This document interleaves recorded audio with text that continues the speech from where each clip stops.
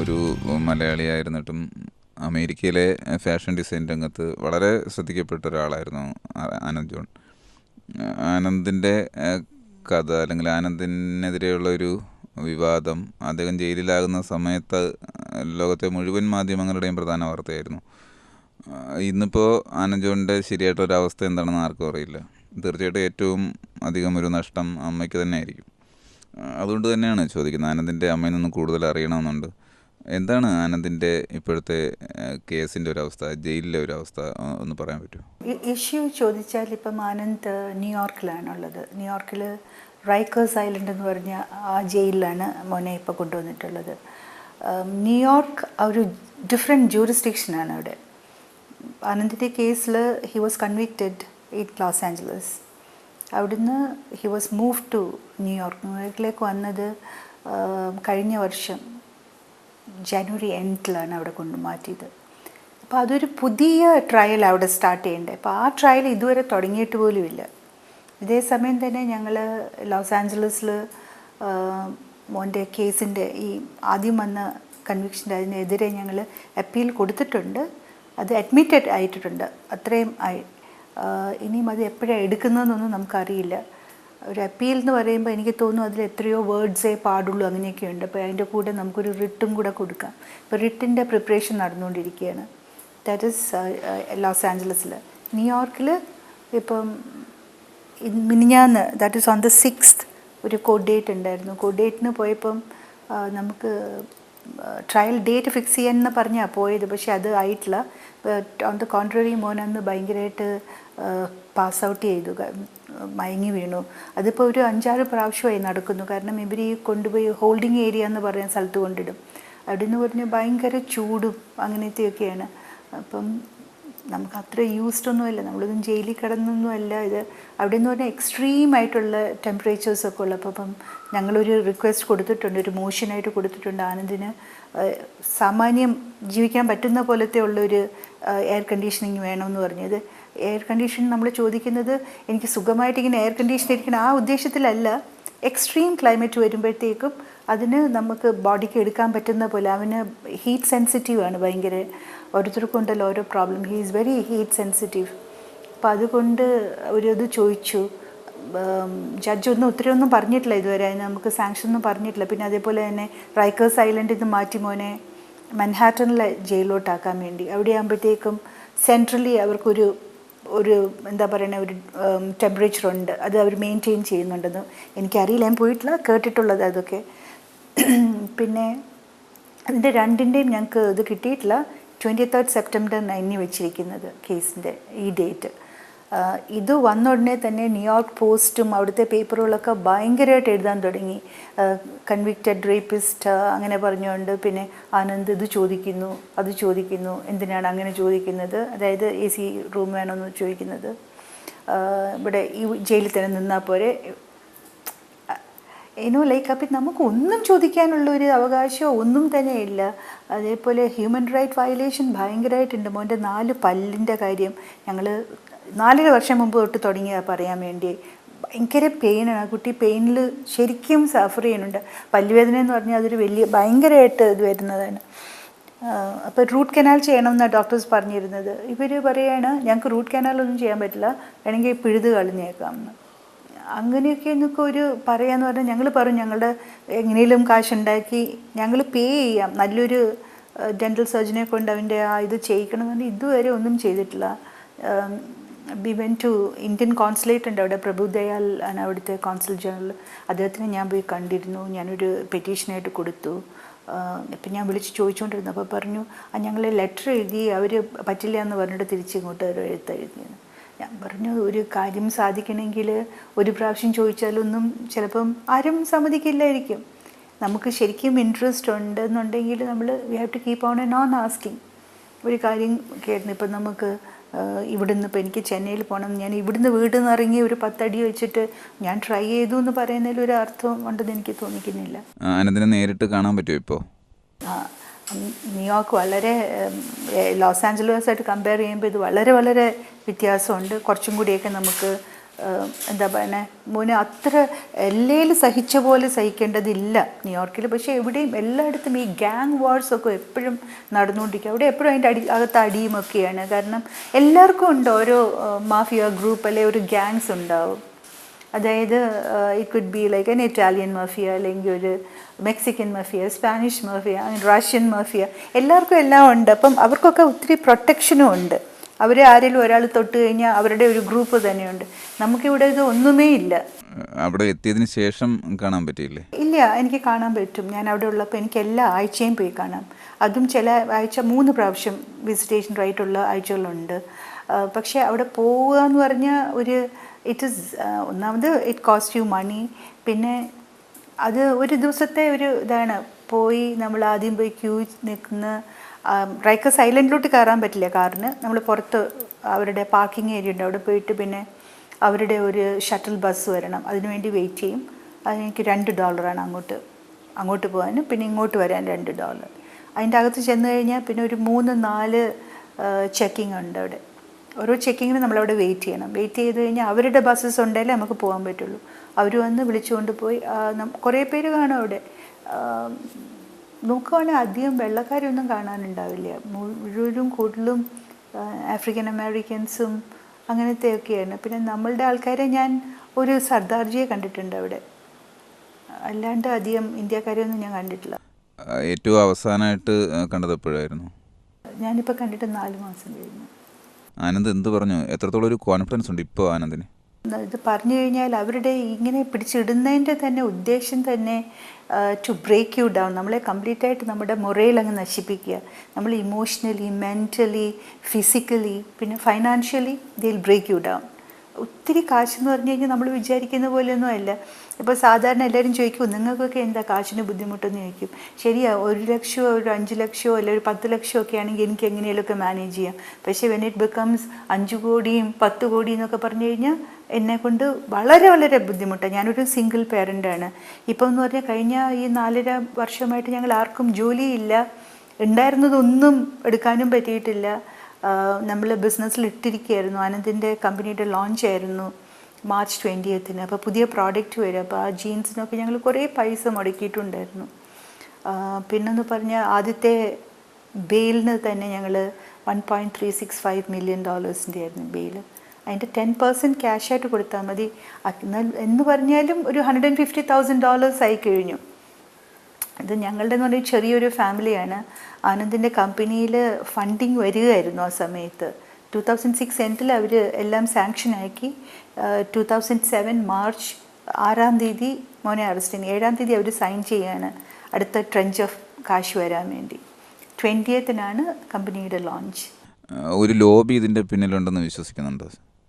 Absolutely. ഇത് വളരെ വലിയൊരു കോൺസ്പിറസി തന്നെയാണ് ഇതിനകത്ത് നടന്നിരിക്കുന്നത്. എന്ത് തെളിവുകളെന്ന് പറഞ്ഞു കഴിഞ്ഞാൽ എല്ലാം നമുക്ക് അനുകൂലമായിട്ടുള്ള തെളിവുകളേ ഉള്ളൂ. അല്ലാതെ ആനന്ദിനെതിരായിട്ട് അങ്ങനെ തെളിവുകളൊന്നുമില്ല. ഇൻഫാക്റ്റ് ഒരേ ഒരു പെണ്ണാണ്, ഒരു റേപ്പ് കിറ്റ്.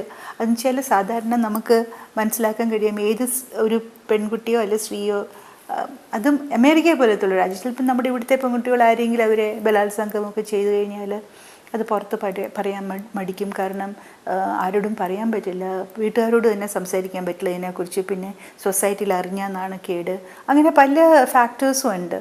അമേരിക്ക പോലെയുള്ള രാജ്യത്ത് ഈ ഒരാൾ അവരെ അങ്ങോട്ട് പോയി പീഡിപ്പിക്കുകയല്ല ഇതെന്ന് പറഞ്ഞാൽ പെൺകുട്ടികൾ ഇങ്ങോട്ട് വരികയാണ്.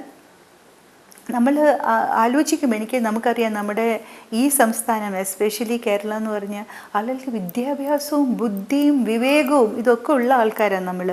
എല്ലാവർക്കും പറഞ്ഞാൽ മനസ്സിലാക്കാൻ പറ്റുന്ന ഒരു കാര്യം എന്ന് പറഞ്ഞാൽ ഈ ഇൻഡസ്ട്രി, അതായത് ഫാഷൻ ഇൻഡസ്ട്രി എന്ന് പറഞ്ഞാൽ അതും like A country like America നമ്മളെക്കാളും വളരെ വളരെ അവർ പ്രോഗ്രസീവാണ് ഇങ്ങനത്തെ കാര്യത്തിലൊക്കെ. നമുക്കായിരിക്കും കൂടുതൽ സംസ്കാരം, അവർക്ക് നമ്മളുടെ അടുത്ത് പോലും വരില്ല. എന്നാൽ കൂടെ ഇങ്ങനത്തെയൊക്കെ അവർ വളരെ അഡ്വാൻസ്ഡ് ആണ്. അവിടെ 13 വയസ്സിൽ ദേ സ്റ്റാർട്ട് മോഡലിംഗ്. എന്നുവെച്ചാൽ girls are fully grown by that time.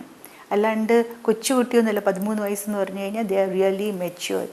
പക്ഷേ എന്നാലും ബൈ ലോ ഉള്ളതുകൊണ്ട് ന്യൂയോർക്കിൽ 17 വയസ്സാണ് പ്രായപൂർത്തി.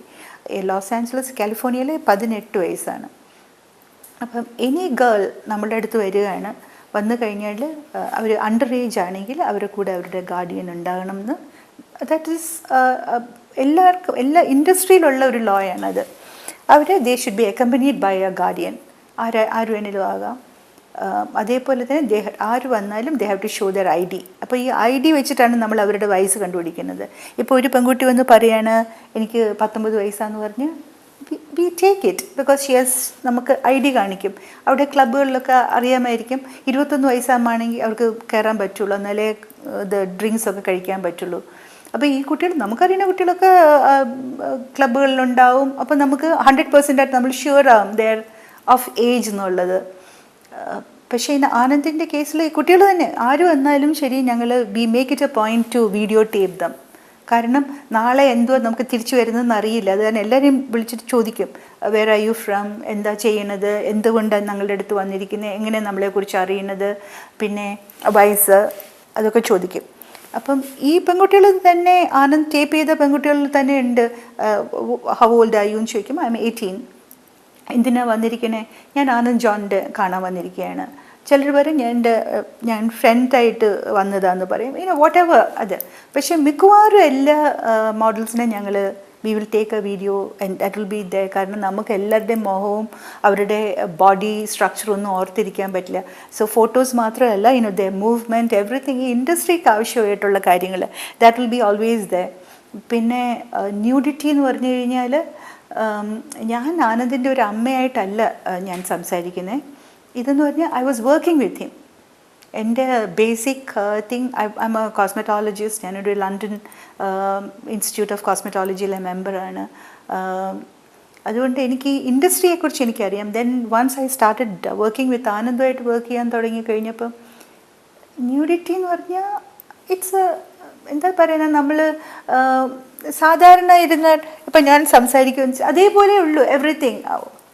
ഒരു ബാക്ക് സ്റ്റേജിൽ പോയി കഴിഞ്ഞാൽ you can see all of them naked all the time. അതിലൊന്നും ആരും they don't raise their eyebrows ഇങ്ങനെ അയ്യോ ഇതെന്താ, അങ്ങനെയൊന്നും ഒരു ഇതേ ഇല്ല. ഞാൻ ഇന്ത്യയിലും അത് തന്നെ കണ്ടിട്ടുള്ളത്. ഞാൻ എൻ്റെ beauty salon when I started in 79 ആ സമയത്ത് ബോംബെയിൽ നിന്ന് വരുന്ന ഫാഷൻ ഷോ ഒക്കെ ഞാനായിരുന്നു നടത്തിക്കൊണ്ടിരുന്നത്. അപ്പം എനിക്കറിയാം അന്ന് നന്ദിനി സെൻ, കൽപ്പന അയ്യർ അവരൊക്കെ ഉണ്ടായിരുന്ന സമയത്താണ്. അന്ന് എനിക്ക് അതിശയമായിരുന്നു കാണുന്നത് നമ്മുടെ പെൺകുട്ടികളെല്ലാം ബാക്ക് സ്റ്റേജിൽ ദേ ആർ നേക്കഡ്. അതുകൊണ്ട് എനിക്ക് ഈ ഇൻഡസ്ട്രി പോയതുകൊണ്ട് എനിക്കത് വലിയൊരു ഇതുപോലെ മഹാ അത്ഭുതം പോലും എനിക്ക് തോന്നിയിട്ടില്ല. പിന്നെ ആനന്ദിൻ്റെ കേസിൽ ഹീസ് എ ഫാഷൻ ഡിസൈനർ, അല്ലാണ്ട് ഒരു 9 to 5 ജോലി ചെയ്യുന്ന ഒരാളല്ല. ഒരു പെണ്ണിനെ പോയി ല്യൂർ ചെയ്ത് പിടിച്ചുകൊണ്ട് വരണമെന്നോ അല്ലെങ്കിൽ കൊണ്ടുപോയി അതിനെ പീഡിപ്പിക്കണമെന്നോ വിചാരിക്കേണ്ട കാര്യമേ ഇല്ല ഇതിൽ. And he's a very good looking, very attractive, very intelligent and a very successful young designer. So any girl will love to be in his company. അങ്ങനത്തെ ഒരു ആളാണ് ആനന്ദ് ജോൺ എന്ന് പറയുന്ന ആൾ. അതും എൻ്റെ മകനാണെന്ന് വെച്ച് ഞാൻ പറയല്ല കേട്ടോ. ഞാൻ പറയുന്നത് ആസ് എ വർക്ക് ലൈക്ക് ഞാൻ ആനന്ദിൻ്റെ കൂടെ വർക്ക് ചെയ്യുന്നുണ്ട്. എനിക്കറിയാം ആനന്ദിൻ്റെ സിസ്റ്റർ സഞ്ജനയും ഞങ്ങളെല്ലാം ഒന്നിച്ചാം. അപ്പോൾ അതൊരു ഫാമിലി ആയിട്ടാണ് ഞങ്ങൾ വർക്ക് ചെയ്യുന്നത്. ഞങ്ങൾ ഒന്നിച്ച് താമസിക്കുന്നു, ഒന്നിച്ച് വർക്ക് ചെയ്യണു. ഞങ്ങൾക്ക് അങ്ങനെ വലിയ കാശൊന്നും ആയിട്ടില്ലായിരുന്നു ജീവിക്കാം. പിന്നെ സാധാരണ ഒരു സ്ട്രാറ്റജി ഞങ്ങൾ കുറച്ചും കൂടെ ഉയർന്നിരുന്നത് ഞങ്ങൾ മെയിൻ സ്ട്രീമിലായതുകൊണ്ടായിരുന്നു. മെയിൻ സ്ട്രീം ഡിസൈനിൽ പെനിട്രേറ്റ് ചെയ്യുക എന്ന് പറഞ്ഞാൽ വളരെ ബുദ്ധിമുട്ടുള്ള കാര്യമാണ്. ബട്ട് ആനന്ദിൻ്റെ ഹാർഡ് വർക്ക്, ഹിസ് ടാലൻറ്റ്, ദൈവത്തിൻ്റെ അനുഗ്രഹം കൊണ്ട് he could penetrate into a field. Even അമേരിക്കൻസിന് പോലും ബുദ്ധിമുട്ടാണ് ഈ ഫീൽഡിൽ വന്നിട്ട് ഒരു നമ്പർ 1 അല്ലെങ്കിൽ ഒരു പേരുണ്ടാക്കാനോ. പക്ഷെ അത് ഈ കുട്ടിക്ക് സാധിച്ചു. ഇന്നലെ അംബാസഡർ ശ്രീനിവാസൻ പറഞ്ഞതുപോലെ 30ൽ ബിലോ 30ലെ മോസ്റ്റ് സക്സസ്ഫുൾ ലൈക്ക് നമ്മുടെ ഇന്ത്യൻസിൻ്റെ അടുത്തതിൽ Anand John was one among dum. അന്ന് 25 വയസ്സോ അങ്ങനെ കണ്ടുണ്ടായിരുന്നുള്ളൂ. അപ്പം ഇപ്പോൾ ഒന്നും ഒരു സിൽവർ പ്ലാറ്ററിൽ കൊണ്ട് കിട്ടിയതൊന്നുമല്ല ആനന്ദിന്. അവൻ്റെ ഹാർഡ് വർക്ക് തന്നെയാണ്, അവൻ്റെ ടാലൻറ്റും. ആനന്ദിനെതിരെ കേസ് കൊടുത്ത പെൺകുട്ടികൾ അവർ ഗ്രൂപ്പായിട്ടായിരുന്നോ അന്ന് കംപ്ലൈൻറ്റ് കൊടുത്തത്? അതിൽ തന്നെ ഒരു 5 എണ്ണമെങ്കിലും ഞങ്ങളുടെ കൂടെ ഇന്ത്യയിൽ വന്നതുണ്ട്. 2005 ഞങ്ങൾ എല്ലാ വർഷവും ഈ മിസ് യൂണിവേഴ്സിൻ്റെ ഇത് നടത്തും. അത് എയ്ഡ്സ് അവയർനെസ്സിന് വേണ്ടി ഞങ്ങളുടെ ഒരു കോസാണ്. ഞങ്ങൾ 3 കോസ് വർക്ക് ചെയ്യുന്നുണ്ട്. ഒന്ന് AIDS awareness, save the girl child, പിന്നെ ഹ്യൂമൻ റൈറ്റ്. ഇങ്ങനെ ഞങ്ങൾ വർക്ക് ചെയ്യുന്നത്. അപ്പം ആനന്ദാണ് സ്റ്റാർട്ട് ചെയ്തത്. പക്ഷെ ഞാനും സഞ്ജനയാണ് അവരെ ഇവിടെ കൊണ്ടുവരാറുള്ളത്. ഞങ്ങളുടെ കൂടെ വന്നിട്ടുണ്ട്. അവർക്ക് ഒരു പ്രശ്നവും ഇല്ല. They were full of praise for Anand. ആ സമയത്ത് വന്നത്. അത് 2005 വന്നിട്ടുണ്ട്, 2004 വന്നവരുണ്ട്, 5 വന്നവരുണ്ട്, 6 വന്നവരുണ്ട്. ആ അപ്പോൾ ഒന്നും ഒരു കുഴപ്പമില്ല. ഓ ഇപ്പോഴാണ് ഞങ്ങൾ ഓർത്തത്, it happen to us in 2001, 2002 അങ്ങനെ 3 ഞങ്ങൾക്ക് നടന്നായിരുന്നു, ഇപ്പോഴാണ് ഓർമ്മ വരുന്നത്. അങ്ങനെ പറയുമ്പം നമുക്ക് ആ പെൺകുട്ടികളെ നേരിട്ട് കണ്ട് സംസാരിക്കാമായിരുന്നില്ലേ? ഞങ്ങൾക്ക് പാടില്ലല്ലോ. അതെന്താ പറയണതെന്ന് പറഞ്ഞാൽ അതൊരു മിസ്കോണ്ടക്റ്റ് ആവും. ഉടനെ ഞങ്ങളെ അറസ്റ്റ് ചെയ്യാം. ഞങ്ങൾ അവർ ഏതെങ്കിലും വിധത്തിൽ കോണ്ടാക്ട് ചെയ്യുമോ അവരുമായിട്ട്. അത് വിറ്റ്നസ് ഇൻറ്റിമിഡേഷൻ എന്നൊക്കെ പറഞ്ഞിട്ടുണ്ടല്ലോ, എന്താ തെളിവുകൾ നശിപ്പിക്കുകയോ അങ്ങനെയൊക്കെ. അങ്ങനെ വല്ലതും ഞങ്ങൾ മിണ്ടിപ്പോയാൽ പോലും നമ്മളെ അറസ്റ്റ് ചെയ്യും. അത് കാരണം ഞങ്ങൾ അതിനൊന്നും പോയിട്ടില്ല ആരുമായിട്ടും. അവരിങ്ങോട്ട് കോണ്ടാക്ട് ചെയ്യാൻ ശ്രമിച്ചില്ലേ? അവർക്ക് പാടില്ല, അവരും പാടില്ല. അവർക്ക് കുറ്റബോധമുണ്ടെന്ന് തോന്നിയിട്ടുണ്ടോ എപ്പോഴെങ്കിലും? ഉണ്ടല്ലോ എന്നുവെച്ചാൽ ഈ ഇൻവെസ്റ്റിഗേറ്റേഴ്സിന് പോകാം. അവർക്ക് they are the ones who can contact them and talk. അവരുടെ അടുത്ത് പല കുട്ടികളും പറഞ്ഞു, ഞങ്ങൾ പറഞ്ഞു വി ഡോണ്ട് തിങ്ക് ദാറ്റ് ആനന്ദുമായിട്ട് എന്താ നടന്നത് അതിൽ തെറ്റോ അല്ലെങ്കിൽ അതൊരു കുറ്റമായിട്ടോ ഞങ്ങൾക്ക് തോന്നിയിട്ടില്ല. It was just a perfect thing, അല്ലാണ്ട് വേറൊന്നുമില്ല. പക്ഷേ it is the prosecution and the police who was telling us it is wrong. Like ഒരു പെൺകുട്ടിയെ എടുത്ത് ചോദിച്ചു, നിനക്ക് എന്തെങ്കിലും പറ്റിയിട്ടുണ്ട്? അവൾ അണ്ടർ ഏജ് ആണ് കേട്ടോ, 16 വയസ്സ് മറ്റേ ഉള്ളൂ. അവൾ പറഞ്ഞു ഒന്നും നടന്നിട്ടില്ല, ഹി വാസ് വെരി ഡീസൻറ്റ്. നല്ല എന്തെങ്കിലും ഉണ്ടാവും, ഗ്രാബ് ചെയ്തിട്ടുണ്ടാവും, അല്ലെങ്കിൽ ഗ്രൂപ്പ് ചെയ്തിട്ടുണ്ടാവും, അല്ലെങ്കിൽ എവിടെയെങ്കിലും എന്തെങ്കിലും ചെയ്തിട്ടുണ്ടാവും. അങ്ങനെയൊന്നുമില്ല. പിന്നെ while dressing his right finger touch my left boob somewhere, അത്രയേ ഉള്ളൂ എന്ന് പറയും. എന്നാൽ അത് മതി. അപ്പോൾ അതൊരു സെക്ഷൽ ബാറ്ററി എന്നോ അതിനങ്ങനെയൊക്കെയാണ് പേര്. തൊടയിൽ തൊട്ടെന്ന് പറഞ്ഞാൽ ദാറ്റ് ഈസ് നത്തിങ്. പക്ഷെ അത് അവരുടനെ തന്നെ അതിനൊരു സെക്ഷൽ മിസ്കോണ്ടക്റ്റ് ആക്കിയിട്ട് സെക്ഷൽ ബാറ്ററി എന്നൊക്കെ പറഞ്ഞ് അതിന് പേരുകൾ ഇങ്ങനെ കുറേയുള്ളതൊക്കെ ഉണ്ടല്ലോ. അപ്പം ഇന്നപ്രോപ്രിയേറ്റ് ടച്ചിങ്ങിന് ഓരോന്നിനും ഉണ്ട് അവർക്ക് അങ്ങനെ. അപ്പം ഇതൊക്കെ ഇങ്ങോട്ട് ആദ്യത്തെ 8 മാസം ഞങ്ങൾക്ക് മീഡിയമായിട്ട് വർത്തമാനം പറയാനേ ഞങ്ങളുടെ ലോയേഴ്സ് സമ്മതിക്കത്തില്ലായിരുന്നു. So we kept quiet. Meanwhile എന്താ നടന്നതെന്ന് പറഞ്ഞാൽ ഈ പ്രോസിക്യൂഷൻ പോയിട്ട് ദേ ഡീമനൈസ്ഡ് ആനന്ദ് ജോൺ എന്ന് പറഞ്ഞ ഒരു സീരിയൽ റേപ്പിസ്റ്റാണ്. ഒരു Indian who lured girls through internet അവരുടെ അപ്പാർട്ട്മെൻറ്റിൽ കൊണ്ടുവരും, അവരെ റേപ്പ് ചെയ്യും. ഇതാണ് ആനന്ദ് ജോൺ എന്ന് പറഞ്ഞ ഒരു മോൺസ്റ്റർ. ആനന്ദ് ജോൺ ഒരു സെക്ഷൽ പ്രിഡേറ്ററാണ്. പിന്നെ കൊച്ചു കൊച്ചു കുട്ടികളെല്ലാം ഇവൻ molest ചെയ്തിരിക്കുന്നു. ചൈൽഡ് ഇതിൽ ചൈൽഡ് എന്ന് പറഞ്ഞതേ ഇല്ല, ഒട്ടുമേ ഇല്ല. പിന്നെ ഇപ്പോൾ ഒരു 17 year and 8 month old LAയിലാണെങ്കിൽ ഷീസ് അണ്ടർ ഏജ് എന്ന് അവർ പറയും. LAയിൽ 18 വയസ്സുള്ളതാണ്. അപ്പോൾ ഒരു പെൺകുട്ടിയാണെങ്കിൽ അവളുടെ ബാത്റൂമിൽ അവളുടെ സെൽഫോണിൽ നിന്ന് ഫോട്ടോസ് എടുത്തിട്ട് അത് ആ സെൽഫോണിൽ നിന്ന് തന്നെ അവളുടെ ജിമെയിൽ അക്കൗണ്ടിൽ നിന്ന് ആനന്ദിൻ്റെ ഫോണിൽ അയച്ചു കൊടുത്തിരിക്കുന്നു. അതിന് ആനന്ദിന് കിട്ടിയിരിക്കുന്നു ശിക്ഷ. അപ്പം ഞങ്ങൾ പ്രൂവ് ചെയ്ത്, അതും കോടതിയിൽ ആനന്ദ് എടുത്തതല്ല, ഇത് പെണ്ണ് തന്നെ എടുത്ത് അവൾ തന്നെ അയച്ചതാണെന്ന്. ഇവരൊക്കെ മോഡലിങ്ങിന് വന്ന സമയത്ത് ഷൂട്ട് ചെയ്ത വീഡിയോ ക്ലിപ്പിംഗ്സ് കയ്യിലുണ്ടെന്ന് പറഞ്ഞല്ലോ. ഒരു എവിഡൻസിന് വേണ്ടിയിട്ട് അതൊക്കെ ഉപയോഗിച്ചോ? പിന്നെ തീർച്ചയായിട്ടും. ഇപ്പം ന്യൂയോർക്കിലെ എനിക്ക് അത്രയും പറയാൻ പറ്റത്തില്ല, എനിക്ക് കേസ് തുടങ്ങിയിട്ടുള്ളത്. എന്നാലും ഇൻ ജനറലായിട്ട് ഞാൻ പറയാം, ഗേൾസ് വളരെ ഹാപ്പി ആയിട്ട് പറയുന്നതെല്ലാം ഉണ്ട്. ഞങ്ങൾ തിരിച്ചു വരും, ഞങ്ങൾക്ക് വന്ന് നീമാനന്ദിൻ്റെ കൂടെ വർക്ക് ചെയ്യണം, അങ്ങനെയൊക്കെ. അത് വേറെ ആൾക്കാരെടുത്തതും ഉണ്ട് വീഡിയോസ്. കോടതിയിൽ അവരെന്താണ് പറഞ്ഞത്? കോടതിയിൽ പറഞ്ഞ എല്ലാ പെണ്ണുങ്ങളും പറഞ്ഞത്, അതായത് ഇറ്റ് ഈസ് പെർജറി അണ്ടർ ഓത്ത്, സത്യവാങ്മൂലമല്ലേ പറയുന്നത്, അത് മുഴുവൻ കള്ളത്തരമാണെന്ന് കോടതിയിൽ തന്നെ തെളിഞ്ഞതാണ്. വെച്ചാൽ അവരെ ഈ പ്രോസിക്യൂഷൻ അവരെ കോച്ച് ചെയ്യുമല്ലോ, നിങ്ങൾ ഇങ്ങനെ പറയണം അങ്ങനെ പറയണം എന്നൊക്കെ പറഞ്ഞ് കോച്ച് ചെയ്യും. അത് വെൻ ദേ സ്റ്റാർട്ടിങ് നമ്മുടെ ക്രോസ് എക്സാമിനേഷനിൽ വളരെ ക്ലിയർ ആയിട്ട് വന്ന് എല്ലാവരും കള്ളം പറയുകയാണ്. ഇപ്പോൾ പറയാം, ഈ ആനന്ദ് ജോൺ എന്നെ റേപ്പ് ചെയ്തു, അതിനുശേഷം ഞാൻ അങ്ങനെ കണ്ടിട്ടേ ഇല്ലെന്ന് പറയുമ്പം 4 എവിഡൻസ് ആനന്ദിൻ്റെ കൂടെ അവിടെ നിൽക്കുന്നു, ഇവിടെ നിൽക്കുന്നു, ഒരു വർഷത്തിന് ഒരു 2 ദിവസം കഴിഞ്ഞിട്ട്, ഒരു ആഴ്ച കഴിഞ്ഞിട്ട്, ഒരു മാസം കഴിഞ്ഞിട്ട്, ഒരു വർഷം കഴിഞ്ഞിട്ടൊക്കെ ഉള്ള പടങ്ങൾ നമ്മൾ എല്ലാം അവിടെ കൊണ്ടുപോയി കൊടുക്കുകയാണ്. അപ്പം കോടതിയെ തെറ്റിദ്ധരിപ്പിച്ചതിന് അവർക്കിപ്പോൾ ശിക്ഷ കിട്ടാൻ സാധ്യതയില്ലേ? ഉണ്ട്, അങ്ങനെ ഉണ്ട്. പക്ഷേ നമ്മളുടെ കേസിൽ മാത്രം അവരത് ചെയ്യുന്നില്ല. അങ്ങനെ സംഭവിക്കാൻ എന്താണ് കാരണം? ഡിസ്ക്രിമിനേഷൻ,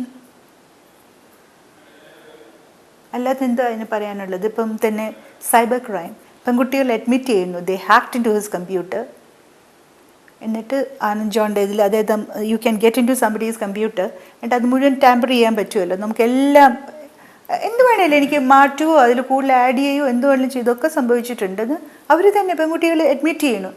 അപ്പോൾ പ്രോസിക്യൂഷനോട് അവർ പറഞ്ഞു അത്രേ. അപ്പോൾ പ്രോസിക്യൂഷൻ പറഞ്ഞു it's okay, people do lie under stress, അതാണ് ഇറ്റ്സ് ഓക്കെ. അപ്പം ശരിക്കും പറഞ്ഞാൽ ഇറ്റ് ഈസ് പ്രോസിക്യൂട്ടറുടെ മിസ്കോണ്ടക്ട്, പെണ്ണുങ്ങളുടെ മിസ്കോണ്ടക്റ്റും. അത് സൈബർ ക്രൈമാണ്. സൈബർ ക്രൈം എന്ന് പറഞ്ഞാൽ അമേരിക്കയിൽ ഒരു വലിയ ഒരു ക്രൈമാണ് അവിടെ. എന്നാൽ അവർക്കാർക്കും ഒരു കുഴപ്പമില്ല. എന്ത് ചെയ്തു, ഉടനെ എന്ത് ചെയ്യും, അവരെ നമുക്കങ്ങ് ഡ്രോപ്പ് ചെയ്തേക്കാം. That's not right. അവരുടെയൊക്കെ എന്താ പറയണേ മൊഴി അനുസരിച്ചിട്ടാണ് ഈ ആനന്ദിന് ഇത്രയും വലിയ ശിക്ഷകൾ കിട്ടുന്നത്. അമേരിക്കയിൽ തന്നെ ഏറ്റവും ശ്രദ്ധിക്കപ്പെടാവുന്ന ഏറ്റവും വലിയൊരു കമ്പനി ഓപ്പണിങ്ങിൻ്റെ ദിവസങ്ങൾക്ക് മുൻപാണ് ഒരു ആരോപണം ആനന്ദിനെതിരെ ഉണ്ടായതും അറസ്റ്റ് ചെയ്യപ്പെട്ടതും. നേരത്തെ പറഞ്ഞ പോലെ ആനന്ദിനെ തകർക്കാൻ ശ്രമിച്ചു എന്ന് വിശ്വസിക്കുന്ന ഒരു ലോബി കോടതിയെ, ജൂറിയെ സ്വാധീനിച്ചു എന്ന് വിശ്വസിക്കുന്നുണ്ടോ? ജൂറി സ്വാധീനിച്ചോ ആരെ സ്വാധീനിച്ചോ നമുക്കറിയില്ല. പക്ഷേ ഒരു കാര്യം ഷുവറാണ്, നമുക്ക് ജസ്റ്റിസ് കിട്ടിയില്ല എന്നുള്ള കാര്യം ഷുവറാണ്. പക്ഷെ നമ്മൾ പറയില്ല കരയുന്ന കുഞ്ഞിനെ പാലുള്ളെന്ന് പറയും. പക്ഷെ നമുക്ക് ചോദിക്കാനും പറയാനും ആരെങ്കിലും വേണ്ടേ? അവിടെയൊക്കെ ചോദിക്കണമെങ്കിൽ അപ്പം നമ്മൾ എന്താ പറയുക, നമ്മൾ ഇലക്ട് ചെയ്തുകൊണ്ട് വന്നിട്ടുള്ള നമ്മളുടെ ലീഡേഴ്സോ അല്ലെങ്കിൽ ഓഫീസ് ബെയറേഴ്സോ അവരുടെ ചുമതലയാണ് ചോദിക്കാൻ. അപ്പോൾ എല്ലാം സബ് ജുഡീഷ്യലാണ്, അത് വേറൊരു രാജ്യത്തുള്ളതാണ്, അതുകൊണ്ട് ഞങ്ങൾക്കൊന്നും പറയാൻ പറ്റില്ല എന്ന് പറയുന്നതല്ല എൻ്റെ ശരി.